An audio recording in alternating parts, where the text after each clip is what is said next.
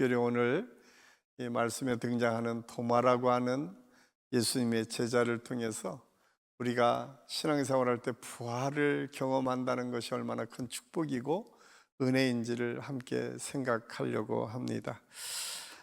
우리는 교회마다 부활절이 되면 막 찬양도 하고, 또 지금은 그런 것들이 많이 없어졌지만 형식적으로 예전에 비해서 이 부활절의 기분이 훨씬 더 줄어든 것 같아요. 예전에는 부활절 하면 온 동네 잔치처럼 여겨졌고, 계란도 지금이야 뭐 먹을 게 많이 있으니까 그냥 교회에서 계란 삶아서 주면 계란 주나 보다 이렇게 생각하고 그냥 지나치잖아요. 사실은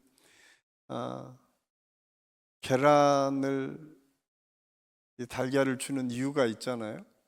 달걀에 왜 달걀을 주죠? 우리가 실질적으로 생명의 신비를 우리 일상에서 가장 쉽게 볼 수 있는 것이 이 달걀이기 때문에 그랬어요. 사실은 지금이야 어떻게 닭이 생산이 되는지 잘 보여지지 않지만 예전에 이 달걀을 품고 그냥 집에서 닭장에서 기르는 닭들을 보면 어느 날 그냥 보면 거기에 병아리가 태어나는 것들을 보잖아요. 지금이야 부화기가 있어서 달걀을 거기에서 부화시켜서 생산이 되지만 사실은 예전에는 가정마다 닭이 달걀을 품고 거기에서 병아리가 태어나는 생명의 역사를 경험하게 되었죠. 그 생명의 역사가 있는 것, 그것이 부활절의 핵심이에요. 사실 우리가 부활절 하면 먼저 생각해야 될 게, 지난주에 제가 말씀을 통해서도 말씀을 전했지만 생명의 소중함, 생명의 놀라운 역사, 생명의 역동성이 이 부활이라고 하는 하나님의 은혜 속에 감춰져 있는 거예요. 그래서 부활은 철저하게 생명이 있음을 우리가 알 수 있고, 그 생명의 역사가 우리 삶 속에서 보여지는 것, 이것이 부활을 통해서 우리가 가장 먼저 경험하는 하나님께서 주시는 신비고 은혜예요. 저는 그래서 우리 한식교회 모든 성도들이 이 부활절을 통해서 다시 한번 우리의 생명의 역사가 우리 안에 있음을 기억하고, 그 생명의 역사들이 우리 삶에서 어떻게 나타나는지를 경험할 수 있었으면 좋겠다. 여러분, 생명이 있는 것은 뭐죠? 가장 중요한 것은, 생명은 시간이 지나면 지날수록 성장을 한다는 거예요. 생명은 그렇게 성장하도록 되어 있습니다. 중요한 것은 우리 마음의 믿음도 마찬가지고, 우리의 삶의 모든 지경과 영역이 그 생명이 자라나는 것처럼 우리가 부활의 역사를 통해서 그 생명의 역사를 경험하는 축복이 있을 수 있기를 예수님의 이름으로 간절히 축원합니다. 그래서 우리가 생각해야 될 것은 뭐냐? 이 부활절에 그런 부활의 기쁨이 내게 있는가? 부활의 생명이 내게 있는가? 혹시 내가 해마다 반복되는 절기로만 이 부활절을 지나고 있지 않은가? 사실 우리나라 통계보다는 외국의 통계가, 이제 미국의 통계에 보면 퓨 리서치 센터라고 하는 곳에서 부활을 믿습니까? 라고 물어보니까 놀랍게도 미국은 90%가 부활을 믿는다고 대답했다는 거예요. 더 놀라운 거는 예수 믿지 않는 사람, 교회 한 번도 나오지 않는 사람에게 부활이 있다고 믿느냐라고 하니까, 그 통계를 보니까 48%가 부활을 믿는다고 했다는 거죠. 놀랍지 않습니까? 내가 보기엔 우리나라 그리스도인 중에서 48%가 부활이 있다고 믿을 수 있을까? 이런 생각이 가끔 들어요. 여러분, 정말 부활이 내 삶에 있다고 확신하십니까? 우리에게 중요한 것은, 왜냐하면 가장 중요한 것은 생명이 우리에게 있다면 부활의 확신이 우리에게 있어야 된다고 하는 사실을 알 수가 있습니다. 그러면서 오늘 우리가 또 한 질문을 해야 돼요. 예수님이 살아계시다면 내 삶의 부활의 역사는 어떻게 이루어질 것인가를 늘 우리가 기억하고 그것을 우리 삶에서 하나하나 이뤄갈 수 있어야 됩니다. 오늘 이 질문에 가장 먼저 등장하는 예수님의 제자 도마가 등장합니다. 도마는 2000년 전에 예수님 당시에 예수님의 부활을 통해서 예수님이 어떤 분이신지를 자기 믿음의 고백으로 가장 완벽한 믿음의 고백을 한 사람 중에 하나가 도마입니다. 사실 우리가 예수님이 어떤 분이신지에 대해서 고백할 때 가장 먼저 교회가 시작했던 마태복음 16장에서 사도 베드로의 고백, 주는 그리스도이시요 살아계신 하나님의 아들이십니다 라고 하는 이 고백이 예수님이 직접 베드로에게 말씀하셨어요.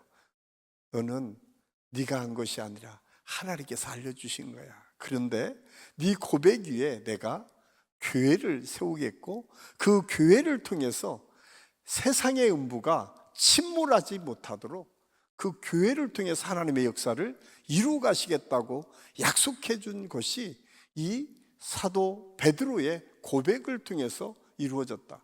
이것은 그런데 예수님께서 십자가에 죽으시기 전의 사건입니다. 그런데 놀랍게도 예수님께서 십자가에 못 박혀 돌아가시고 부활하신 다음에 첫 번째 완벽한 믿음의 고백이 이 도마를 통해서 이루어집니다. 오늘 28절 말씀입니다. 28절 말씀 우리 다시 한번 읽어볼 거예요. 시작. 도마가 대답하여 이르되 나의 주님이시요 나의 하나님이시니이다. 나의 주님이시요 나의 하나님이십니다. 예수님이 하나님이신 것을 고백하는 거예요. 우리가 예수님이 그 전에 스승, 선생, 이 정도로 도마에게 있었다면 부활하신 예수님을 몸소 만나고 그분의 못자국을 만져보고 나서 그는 믿음의 확신이 들었어요. 이분이 메시아, 하나님께서 말씀을 통해서 약속하신 구세주시다라고 하는 고백이 이 속에 담겨져 있습니다.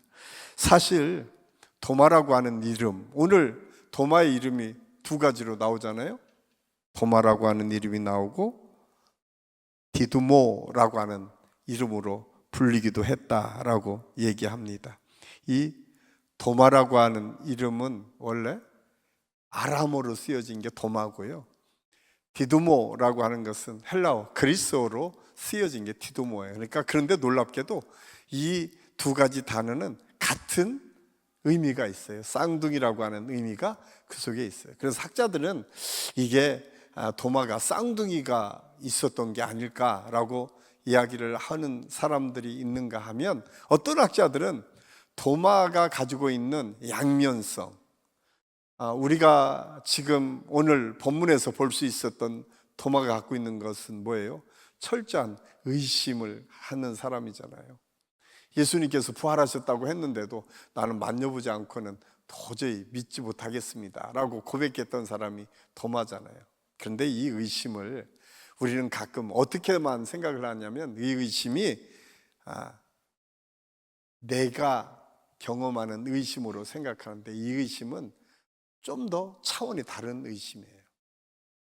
도마가 가지고 있던 의심은 시선이 나한테 가 있는 것이 아니라 예수님께 간 의심이에요. 저는 우리 믿음의 사람들이 가져야 될 의심의 태도, 특히 우리는 자꾸 우리의 시선을 우리 쪽을 향해서 끊임없이 의심하고 질문해요. 그러다 보면 답이 나와요, 안 나와요? 안 나와요. 우리는 죽었다 깨어나도 의심을 하면 할수록 의심이 골이 더 깊어질 뿐이죠.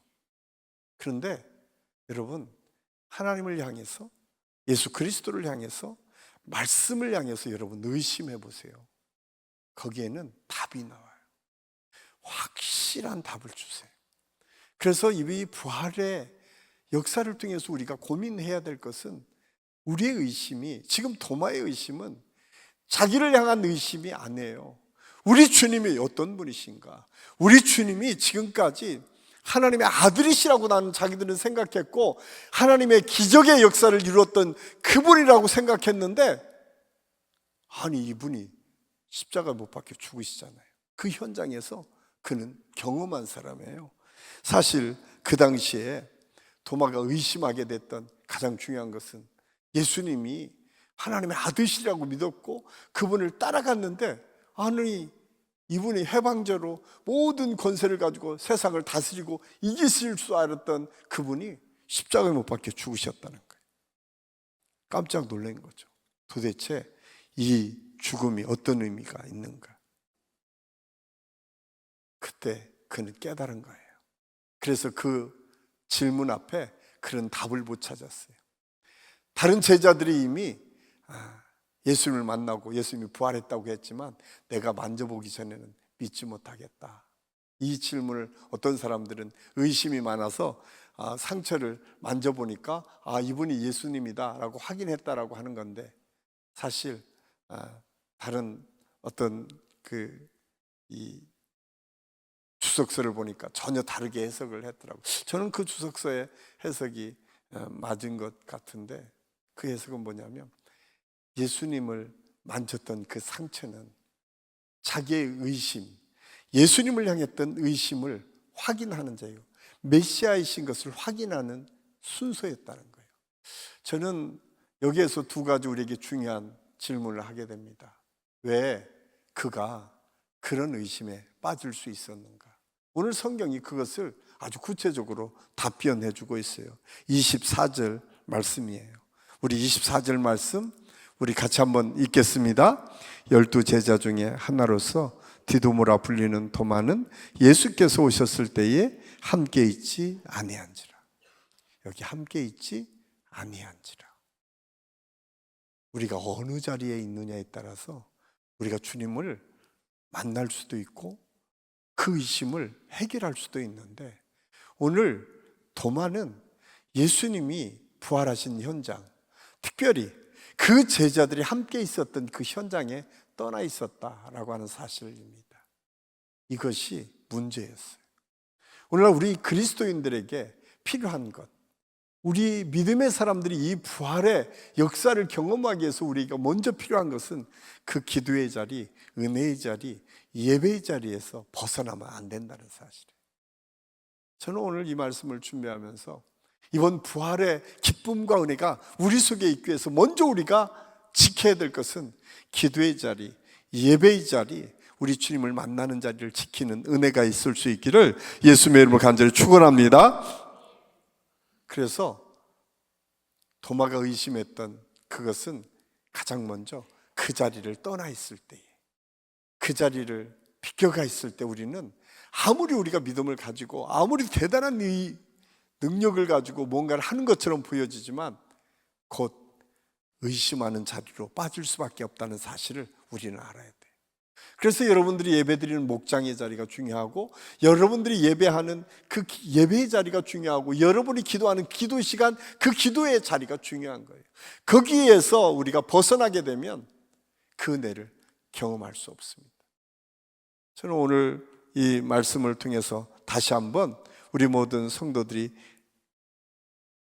기도의 자리, 예배의 자리, 우리가 있어야 될 자리가 어디인지를 다시 한번 깨닫는 은혜가 있을 수 있기를 예수님의 이름으로 간절히 축원합니다. 뿐만 아니라 오늘 말씀에 이렇게 고백하고 있어요. 24절 말씀을 아까 읽고 26절 말씀 한번 읽겠습니다. 26절 시작. 여드레를 지나서 제자들이 다시 집안에 있을 때에 도마도 함께 있고 문들이 닫혔는데 예수께서 오사 가운데 서서 이르시되 너희에게 평강이 있을지어다. 아멘. 참 대단하시잖아요. 예수님이 우리가 없는 자리를 찾아오신 게 아니라 다시 찾아오시는 거예요. 여러분 의심의 자리에, 여러분의 기도의 자리, 예배의 자리, 은혜를 사모하는 자리를 여러분이 지키고 있으면 우리 주님이 찾아오신다는 거예요. 우리 주님이 찾아오시겠다고 말씀하고 있어요. 그리고 오늘 질문하세요. 내가 너에게 평강이 있느냐? 주님이 만나주시는 역사가 있다는 거예요. 주님은 항상 우리를 찾아오십니다. 중요한 것은 우리가 마음을 열고 주님을 기대하고 소망하고 사모하는 자리를 지킬 때 그것이 가능할 뿐만 아니라 하나님께서 그것을 통해서 역사하신다는 거예요. 아픈 상처를 통해서. 오늘 성경은 그렇게 말씀하고 있어요. 이 의심의 자리는 이 사도 도마에게는 상처의 자리예요. 왜냐하면 다른 사람들은 경험할 수 없는 충격이 그에게 있었거든요. 왜? 전적으로 이 사람을 믿었는데 이 사람이 전혀 다르게 반응을 했다라고 하면 어떡하겠어요? 상처가 얼마나 컸겠어요? 하나님이라고 생각을 했는 그분이 십자가에 돌아가셨다니까요. 자기가 보는 앞에서 로마 군대에 끌려가고 처절하게 고통당하는 그 현장을 보고 도마는 한없이 서러웠고 힘들었고 상처가 있었어요. 저는 우리가 신앙생활을 하면서 우리도 모르는 사이에 받아지는 상처들이 있어요. 그게 가장 믿었던 사람들에게 받는 상처들일 수 있어요. 어떻게 보면 목사님들에게 또 가장 가까이에 있는 믿음의 선배들한테 아니면 가장 내가 믿을만 했던 부모님들이나 믿을만 했던 형제들이나 믿을만 했던 부부 관계 속에서 상처들이 있을 수 있어요. 그런데 그 상처를 우리 주님은 그냥 외면하지 않으신다는 거예요. 오늘 도마를 통해서 그 자리를 사모하는 자리를 지키면 하나님께서 우리 주님께서 찾아오시겠다는 거예요. 그리고 우리를 만나주시겠다는 거예요. 저는 오늘 이 저녁이 여러분의 상처가 어떤 상처이든 그것을 주님 앞에 내어 맡기고 오늘 도마가 그런 것처럼 입술로 고백해 보세요. 주님, 내게 이런 아픔이 있어요. 오늘 내가 만져보고 믿겠다라고 하는 이 고백은 나 이렇게 아파요. 내게 이렇게 힘들어요. 주님, 내가 이렇게 믿을 수 없는 상태까지 지금 내가 떨어져 있어요. 라고 하는 고백을 지금 스스로 하고 있는 거예요. 그런데 놀랍지 않습니까? 한마디도 말씀하지 않아요. 더 놀라운 거는 예수님께서 27절에서 이렇게 말씀하세요. 27절 말씀 우리 같이 한번 읽겠습니다. 도마에게 이르시되 내 손가락을 이리 내밀어 내 손을 모고 내 손을 내밀어 내 옆구리에 넣어보라. 그리하여 믿음 없는 자가 되지 말고 믿는 자가 되라. 많은 사람들이 책망같이 이걸 들어요. 참 우리나라 말이 참 어려워요. 그런데 이건 책망이 아니에요. 예수님은 한 번도 도마가 있었던 곳에 예수님이 함께 있었던 것이 아니잖아요. 그런데 예수님은 아셨다는 거 아니에요. 여기에 우리 믿음의 사람들에게 있었던 하나님의 은혜가 있다는 거예요. 내 형편과 처지를 아신다는 거예요. 도마가 지금 왜 의심하고 있는지를 아는 거예요. 다른 사람은 그걸 가지고 도마를 의심하고 비난하고 조롱할 수 있었지만 우리 주님은 거기에 관심이 있지 않았어요. 우리 주님은 어디에 관심이 있냐면 도마의 그 아픈 상처가 해결되고 풀어지기를 원하셨어요. 그리고 그가 원했던 것, 그가 해결이라고 생각했던 것은 뭐냐? 만져보는 거였잖아요. 그 방식을 그대로 주님이 응답해 주신다는 거예요.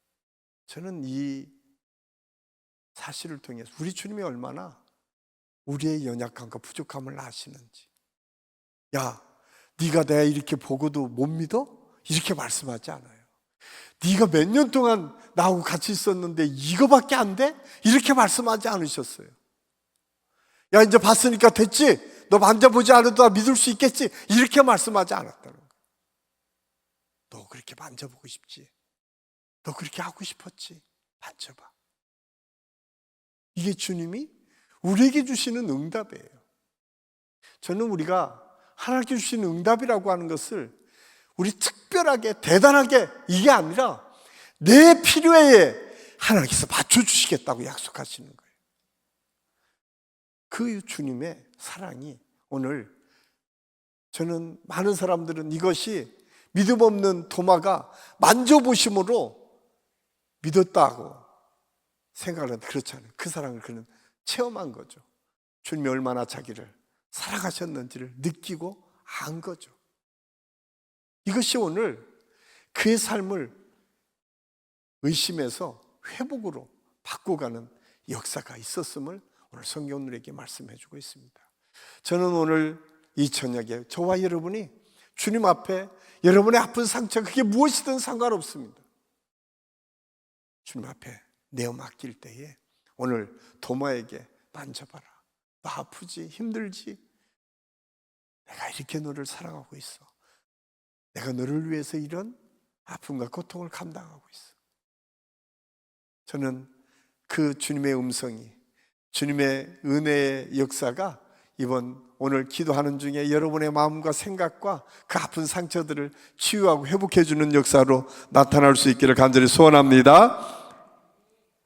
그럴 때에 그의 삶은 바뀌었어요. 그런데 더 놀라운 것은 이 믿음의 고백이 이제 나의 하나님, 나의 주님이시다 고백하고 그는 이제 이 회복에서 멈추지 않고 이 고백을 통해서 그는 사명을 감당하는 믿음의 사람으로 바뀌었음을 성경 우리에게 말씀해 주고 있습니다. 그러면서 우리 주님께서 그렇게 말씀하세요. 오늘 29절, 우리가 너무도 잘 아는 말씀이죠. 우리 29절 말씀 우리 같이 한번 읽겠습니다. 예수께서 이르시되 너는 나를 본고로 믿느냐? 보지 못하고 믿는 자들은 복되도다 하시니라. 아멘. 예수님께서 마지막 우리에게 말씀하고 있잖아요. 이 말씀은 도마에게 주신 말씀처럼 보여지지만 실질적으로 그 다음 믿음의 세대들, 그 다음 예수님을 직접 그 당시에 보고 느끼지 못했던 믿음의 세대들이 주신 하나님의 약속의 말씀이에요. 이 약속의 말씀을 통해서 도마를 사용하시죠. 도마는 나중에 기독교 역사 속에 여러 가지 설이 있는데 가장 도마가 완벽하게 선교의 역사를 이뤘다라고 하는 것은 인도에 가서 주님의 복음을 증거했다라고 하는 것이 정설로 많은 사람들에게 알려진 선교사로 마지막에 순교의 자리까지. 근데 얼마나 그가 마지막까지 순교를 했는지 역사적 자료들을 보면 그는 너무나 안타깝게도 순교할 때도 자기의 피부가 다 벗겨질 정도로 고통의 순간이었지만 그 믿음으로 그 모든 것을 이겨냈다라고 고백하고 있어요. 그래서 외경 속에서는 도마 복음이 있을 정도로 이제 새로운 시대를 열어가는 선교사로 그 생을 마감했다라고 하는 사실을 우리가 역사적 자료를 통해서 우리가 볼 수 있습니다. 그런데 그것보다 더 중요한 것은 이 믿음이 바뀌었다는 거예요. 의심이 바뀌어서 회복의 역사를 경험하게 되고 그 회복의 역사는 사명으로 바뀌어졌다는 거예요. 저는 우리 한신교회가 그런 교회가 됐으면 좋겠다. 이미 하나님께서 우리 교회를 통해서 하나님의 역사들을 여기까지 인도해 오셨어요. 아마 저와 여러분이 여기에서 예배드리는 것이 이미 증인이 됐죠.